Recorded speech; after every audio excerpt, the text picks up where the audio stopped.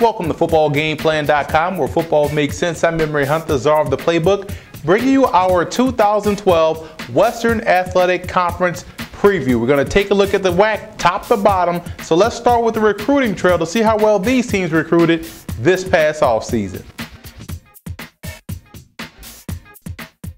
Texas State made a huge splash with their first recruiting class as an FBS member. They had a lot of great signings. Look at guys on this list: Fred Nixon, the outstanding quarterback out of Willis, Texas, and also Stephen Smith, the outstanding linebacker out of Missouri City, Texas. But the guy that stands out to me the most is Camu Tauleli. This guy is an outstanding defender coming from a junior college, so he's bulked up. This is his high school film that you're watching, so he's a lot bigger now. Still has that same burst off the snap, and I think he's going to be a fine player for the Bobcats. Kenneth Dixon, the running back for Louisiana Tech, has impressive film. This guy runs with power, he runs with balance, and he also has breakaway speed. Played quarterback in high school. He's probably going to get a lot of time as a true freshman in that Bulldog backfield, and I can't wait to see him run the rock. Mane Manea should be a fine defensive back for the Idaho Vandals. This guy also played receiver in high school, so you know he has solid hands, and that's always a plus when you're looking for guys in the secondary. Christian Tiago has the size and the range that you want as a safety prospect, and I think he's going to do fine in that Spartan secondary. Also played quarterback in high school, so he has a lot of athleticism.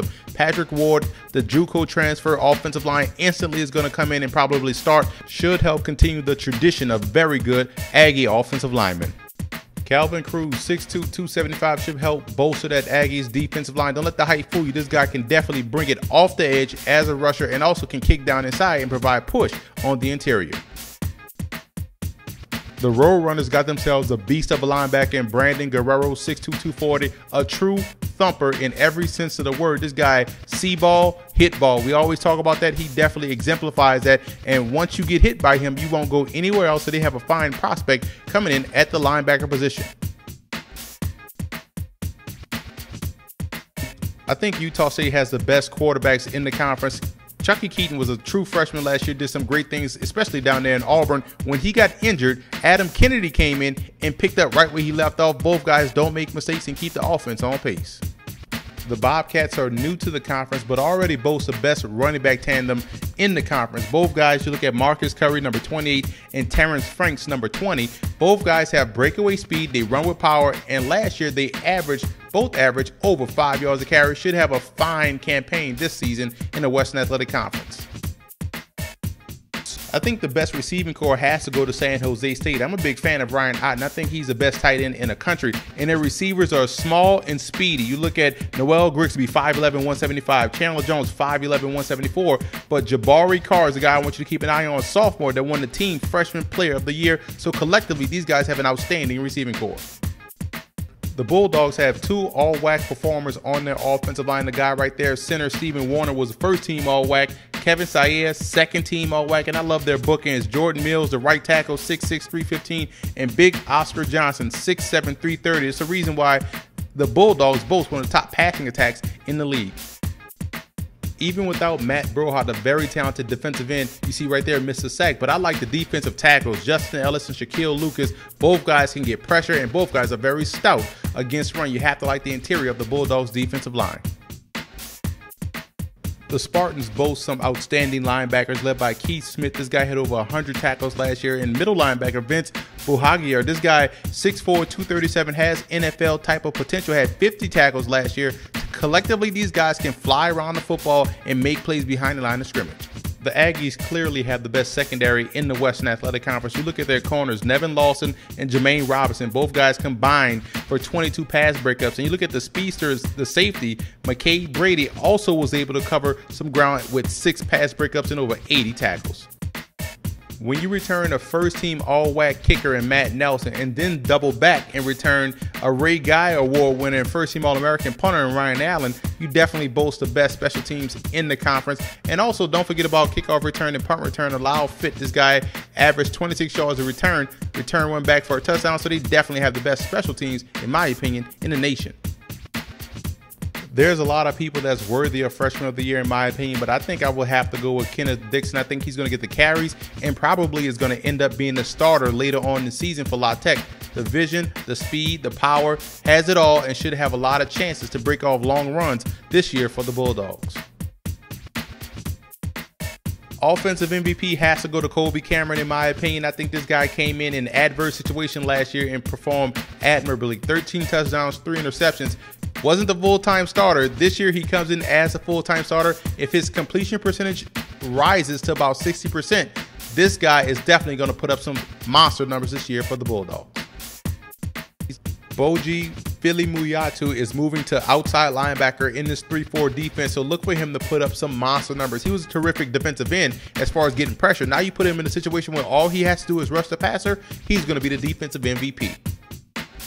Best pro prospect, I mentioned it earlier, Ryan Otten, to me, is the best tight end in the country. Has the athleticism, has the speed, also has the very soft hands. And you look at this new age of offensive football and the tight end position being vital, this guy has every attribute you want to be a top player at the next level.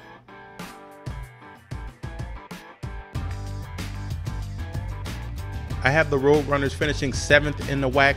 This is a program that's definitely on the rise. They're in football crazy Texas and also in the park, San Antonio, where they have a legit chance to be very good very early. Head coach Larry Coker is an excellent recruiter, as evident by this recruiting class he brought in, but keep an eye on wide receiver Cam Jones. Tremendous talent, and defensively their front four could cause problems for teams. Particularly defensive end Marlon Sims had 8 sacks last year. They have a very good home field advantage in the Alamo Dome, and they will need that loud, raucous crowd this season, as the schedule will be a lot tougher than it was last year.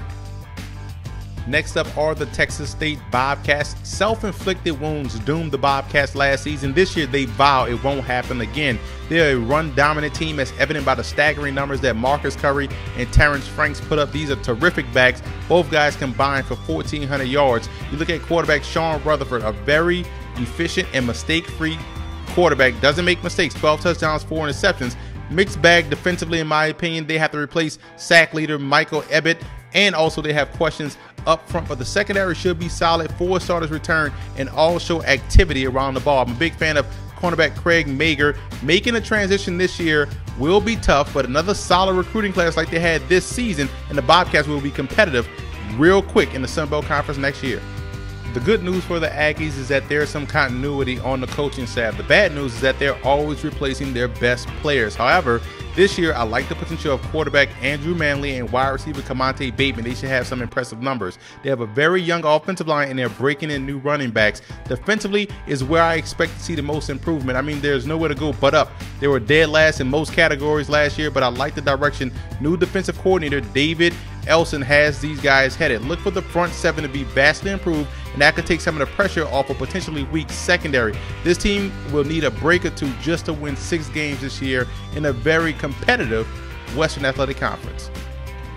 One thing that instantly stands out about the Vandals is the size that they possess on both sides of the line of scrimmage. They're huge up front. Incoming quarterback Dominic Blackman is another huge player, 6'5", 275.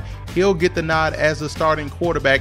If running back Ryan Bass stays healthy, then they'll be able to run the football. There's no problem there. They have 2 threats throwing the football. You look at Michael LeGrone, the tight end. He was an all-WAC performer last year. And wide receiver Mike Scott. Defensively is where I have the biggest questions. Can they get pressure on the quarterback? But they do have a very good special teams and a veteran offensive line. So overall, I can see 6 wins in the Vandals' future. They may end up in a bowl game. I have the Aggies finishing 3rd in the WAC. This was a team last year that was very close to going undefeated. Few breaks here and there, and they would have been an undefeated ball club. I came away super impressed with quarterback Chucky Keaton. He played some big-time ball last year as a true freshman. A good enough portion of this offense returns, so they should have some success, but the biggest holes will be felt in the backfield as Turbin and Smith are gone. Defensively, they must replace guys like Bobby Wagner and Gallagher, and that's 2 huge pieces to fill. But keep an eye on outside linebacker Boje Filimuyatu. He should have an outstanding campaign as the edge rusher in that 3-4 defense. Total 11 starters returned, but 4 key cogs are gone from this ball club. However, I still think the Aggies have enough talent on this team and a great coaching staff to make it to back-to-back bowl games for the first time since 1960 and 61. It might have been a blessing not to have Tate Forcier on this roster, because I actually like the skill set of quarterback David Foles better, who transfers from a junior college. He has some solid weapons at his disposal. Tight end Ryan Otten, the best tight end in the country. Noel, Grigsby, and Chandler Jones are some outstanding wide receivers, and the running game won't fall off at all in my opinion. Minnesota transfer Delone Eskridge should crack 1,000 yards this season. I know the offensive line is being rebuilt, but with veterans like left tackle David Keesenberry, they should be fine. Defensively, you have to like defensive end Travis Johnson, 9.5 sacks last year. They have the best linebacking core in the conference with Keith Smith and Vince Buhagiar. The secondary takes the biggest blow by losing Duke Iheanacho. However, I like the way the schedule sets up, and for them, if this run defense improves, this team could be even better than their second place finish. I have Louisiana Tech finishing first in the WAC this year. Gotta love the potential of the offense. Colby Cameron now is the full-time starter at quarterback, and you look at where he's going to be throwing the football. Playmaking wide receivers Miles White and Quentin Patton is the outstanding playmaker they have on the edge. Now you look in the backfield, that's the biggest question, but the combo of Hunter Lee and Kenneth Dixon should have some success behind the best offensive line in the WAC, led by center Stephen Warner. Defensively, they lose a lot of playmakers, but in the secondary, I like the safety play. It's very good. Strong safety Chad Boyd, all WAC performer last year. They have the best special teams in the nation with Matt Nelson and the Ray Guy winner Ryan Allen. So look for La Tech to go bowling again this season as conference champs.